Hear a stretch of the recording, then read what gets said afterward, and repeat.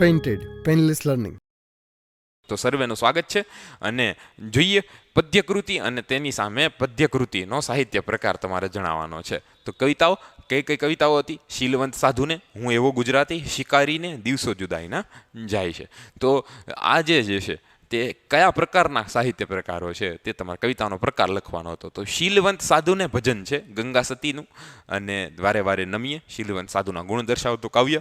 હું એવો ગુજરાતી, ગુજરાતી પરંપરામાં લખાયેલું ગીત છે વિનોદ જોશીનું, તો અહીંયા ક આવશે. શિકારીને જે છે તે સોનેટ છે, નાના રહેવા દે આ સહાર યુવાન તું, તો જે છે સૌંદર્ય પામતા પહેલા સુંદર બનવું પડે. તો આ જે આખું સોનેટ છે તો ત્યાં આવશે અ, અને દિવસો જુદાઈના જાય છે ગની દહીંવાલાની ગઝલ છે તો એમાં આવશે ઈ. તો જવાબ તમે જે છે તે આવી રીતે લખી શકો છો. અહીંયા કઈ રીતે જવાબ લખવા, કોની સામે કયું આવે તેમ લખો, અને આવી રીતે લખીને પછી તમે આમ લીટા ન કરો અને આવી રીતે લખો તો વધુ સારું લાગશે. પછી છે ખાલી જગ્યાઓ. ખાલી જગ્યાની અંદર તમારે વિકલ્પો આપેલા હશે. તો જુઓ, વૈષ્ણવજન સમદ્રષ્ટિને ખાલી જગ્યાનો ત્યાગ કરનાર હોય છે, તો વૈરાગ્યનો ત્યાગ ન કરે. વૈરાગ્ય તો પામવાનું હોય, રામ નામ પણ મેળવવાનું હોય. તૃષ્ણા, તરસ અને ઈચ્છા, મહેચ્છા, એવું જે એષણા આવા શબ્દો જે છે, તો તૃષ્ણાનો ત્યાગ કરવો જોઈએ. તો દરેક વસ્તુને પામી લેવાની જે ભાવના છે તેનો ત્યાગ કરનાર વૈષ્ણવજન કહેવાય છે. નરસિંહ મહેતાનું કાવ્ય. પછી છે ચાંદલિયો કાવ્યમાં ખાલી જગ્યા ઋતુની વાત કરવામાં આવી છે. તો અહીંયા જુઓ, વસંત ને શિશિરની વાત નથી, અહીંયા શરદ પૂનમની વાત કરવામાં આવી છે, તો શરદ ઋતુની વાત કરવામાં આવી છે. અશોક ચાવડા બેદિલનું ઉપનામ, તો હું બોલી જ ગયો, બેદિલ. બેફામ અને વાસિક ન આવે, બેફામ તો બરકત અલી વિરાણીનું છે. પછી છે કવિના મતે વાંસળીથી વિખૂટો પડેલો સૂર કદમની ઈચ્છા, કદમની છાંયની ઈચ્છા રાખે છે, છાંયને શોધે છે. તો વાંસળીથી વિખૂટો પડીને તે કદમની છાંય, આખું જે કાવ્ય પંક્તિ છે તેમાંથી તમારે વાંસળીથી છૂટો પડ્યો એમ લખવાનું થાય. તો જવાબો તમે જે છે કાવ્ય પંક્તિમાં જ હોય છે. હવે આવે છે એક એક વાક્યમાં જવાબ આપવાના છે. શબ્દ નથી, 1 માર્ક્સ છે. શબ્દ લખીને આવશો તો માર્ક્સ નહીં મળે.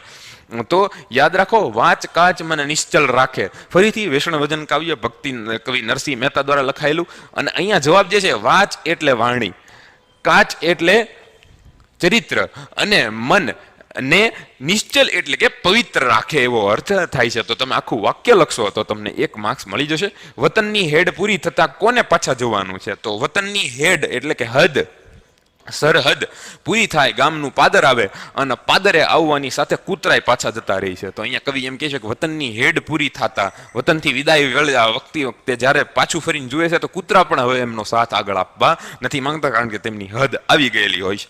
પછી આવે છે 3-4 વાક્યની અંદર ઉત્તર આપો. તો 3-4 વાક્યમાં જ્યારે તમે ઉત્તર આપતા હો ત્યારે શરૂઆતમાં તમારે એ યાદ રાખવાનું છે કે આપણી ભૂલ ઓછી થાય. જેમ રસભય દીર્ઘઈની ભૂલ ઓછી થશે, સારા અક્ષરો હશે, તો માર્ક્સ જે છે એ પૂરા મળવાની સંભાવના વધી જતી હોય છે.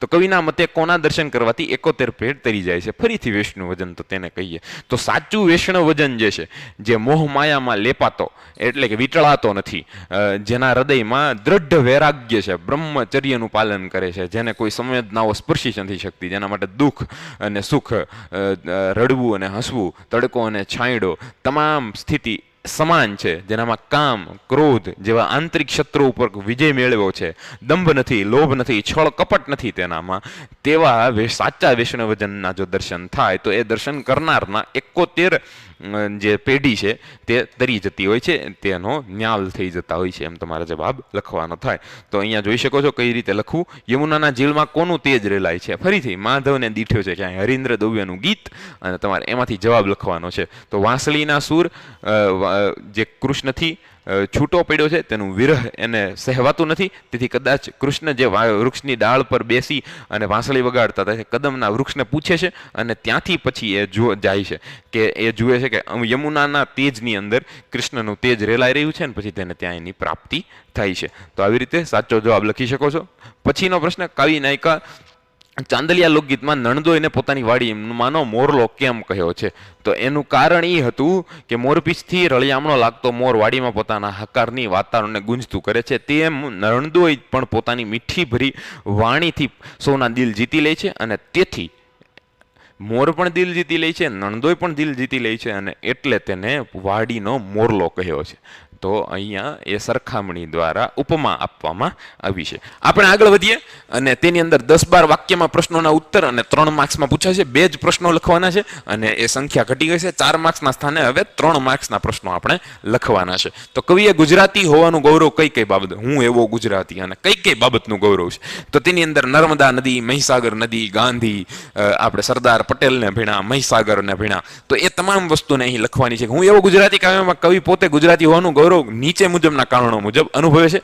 ગુજરાતની ભૂમિ પર નર્મદા નદી, ચરોતરની મહીસાગર નદીના નીર છે અને નીરનું ખમીર, એ પાણીનું ખમીર બળ એ આપણામાં છે. એનો દેહ અરવલ્લીનો છે, એના શ્વાસમાં રત્નાકર સાગર છે. આ જ ભૂમિ પર નવરાત્રિનો ગર્ભદીપ, ગરબો ઝળહળે છે.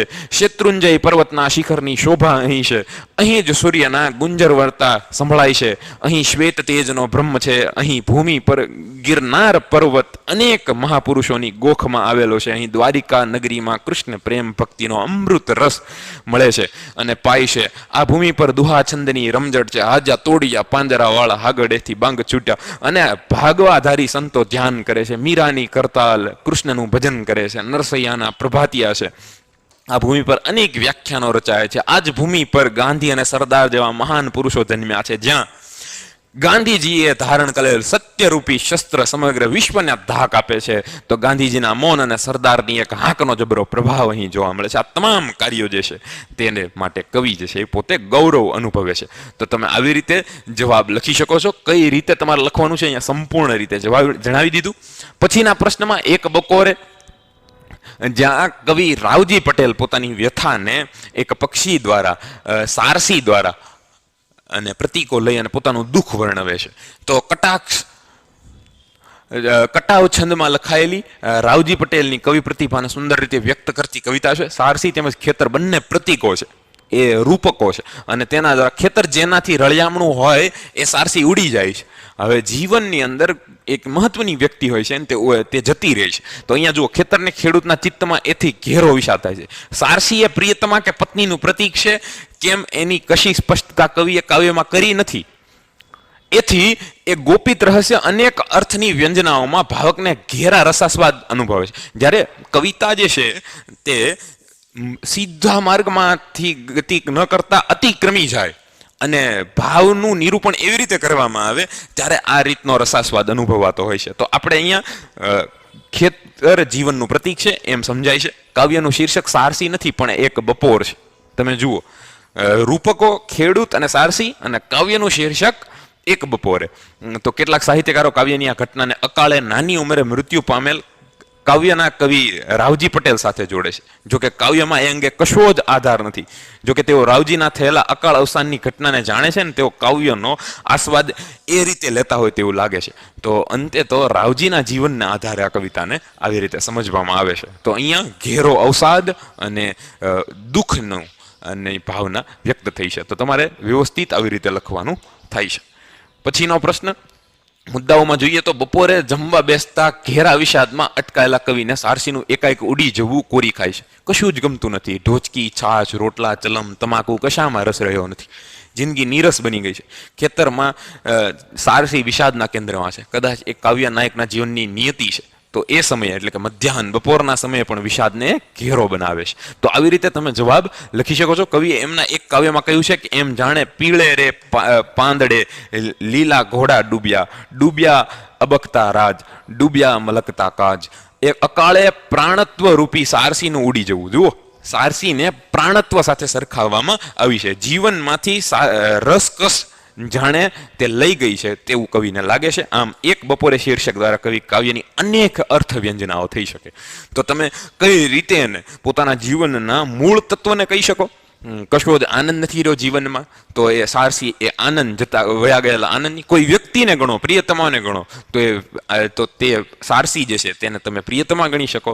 અને આવી રીતે તમે સુખને ગણી શકો, તમે કોઈ પ્રિય પાત્રને ગણી શકો, પછી તે કોઈ પણ હોઈ શકે. તો અનેક વ્યર્થ વ્યંજનાઓ ગોપિત રાખવામાં આવી છે. અને આમ જ્યારે કવિતા કોઈ પણ આવી વ્યક્તિ કે જેનાથી કશું દૂર થયું છે તે વાંચે અને ત્યારે તે કાવ્ય સાથે પોતાનો સંબંધ અનુભવે છે, તો તે જ કવિની સાર્થકતા થઈ. તો આવી રીતે તમે જવાબ લખી શકો છો. પેન્ટેડ એપ્લિકેશન ધોરણ 6 થી લઈને 10 સુધીના વિદ્યાર્થીઓ માટે અપડેટ થઈ ચૂકી છે, જ્યાં તમને મળે છે દરેક વિષયના લાઈવ લેક્ચર્સ. તમને લાઈવ લેક્ચર્સની અંદર સરને પોતે અનમ્યુટ કરીને સવાલ પૂછી શકો તેવી વ્યવસ્થા પણ છે. સાથે મળે છે ડાઉટ સોલ્યુશન અને ટેસ્ટ સિરીઝ તો ખરી જ. તો આજે જ પ્લે સ્ટોર પરથી ડાઉનલોડ કરો પેન્ટેડ એપ્લિકેશન. અને જે લોકો ધોરણ 11-12 સાયન્સ કરવા માંગે છે તે ડિસ્ક્રિપ્શનમાંથી એક ફોર્મ ભરી અને સમત્વ એકેડમીની માહિતી મેળવી શકે છે. તમે એક ફોર્મ ભરશો કે જેનાથી તમને એક PDF પ્રાપ્ત થશે અને સંપૂર્ણ 11-12 સાયન્સ વિશેની માહિતી મળશે. કઈ રીતે સાયન્સમાં આગળ વધવું, GE અને નીટ જેવી એક્ઝામો પાસ કરીને કઈ રીતે ડોક્ટરી અને એન્જિનિયર લાઇનમાં પોતાનું સપનું સાકાર કરવું. તો આ વાત થઈ સમત્વ એકેડમીની, અને આપણે પહોંચ્યા છીએ પદ્ય વિભાગના અંતિમ પ્રશ્ન તરફ. બોલિયાના કાંઈ પીડા ઘણી બધી હોય, ન બોલવામાં ક્યારેક સુખ હોય છે. કારણ કે સામેવાળી વ્યક્તિ આપણી પીડાને સમજી શકે કે નહીં તે એક પ્રશ્ન રહેલો છે. તો બોલિયાના કાંઈમાં કવિ માણસ જીવનનો જીવનબોધ આપતા એમ કહે છે કે જીવનમાં દુઃખ કે સંઘર્ષ તો આવવાના જ, એમને માણસે એકલા જ હાથે સહન કરવા પડે. કારણ કે સમાજમાં એવા લોકો હોય છે જે આપણી વ્યથામાં કોઈ જાણવામાં જ રસ હોય છે. એ જાણે વ્યથાને, હા મને કહી દો મને કહી દો, અને પછી એના ઉપર એ વાર્તાઓ ઘડે, આપણો મજાક બનાવે. અને એટલે એની આગળ વ્યથા કહેવાથી કોઈ અર્થ સરતો નથી. નિર્જન માર્ગ હોય છે અને સૂની સીમ હોય છે. પણ માણસે તો પોતાનું ગાન ગાતા ગાતા કે કુછ ના કુછ તો કર લેંગે, કંઈક ને કંઈક તો થઈ જશે. ગામને પાદર લાખો લોકોનો સમૂહ ભેગો થતો હોય ત્યારે સૌએ પોતપોતાની ધૂનમાં જ હોય છે. તારા મઢી અંધારી રાત હોય કે રણનો તાપ હોય, આપણે પોતે આપણો રસ્તો આગળ વધારવો પડે, આપણું પોતાનું ગીત ગાય અને આગળ વધવું પડતું હોય છે. તો અર્થાત ગમે તેવી પરિસ્થિતિ હોય, માણસે પોતાની વ્યથા એકલા જ સહન કરવાની હોય છે, કોઈ સાથે નથી હોતું. અને એકાંત જીવનનું પરમ સત્ય છે. જન્મ એક થયાની સાથે રડવું અને રડતા મૂકીને ચાલ્યા જવાની સુધીની આખી જે યાત્રા છે તેની અંદર સંપૂર્ણ રીતે આપણે એકલા હોઈએ છીએ. બધા જ સંબંધો જે છે તે અંતે તો એક ભ્રમ બનીને ઊભા રહી જતા હોય છે. તો અહીંયા જે છે અહીંયાનો દુખાવો ગમે તેટલો સળગતો હોય, બહારથી તો શીતળ જ રાખવાનું, ગમે તેટલી આગ હોય, પોતાની પરવા કરવાની અહીંયા કવિ વાત કરે છે.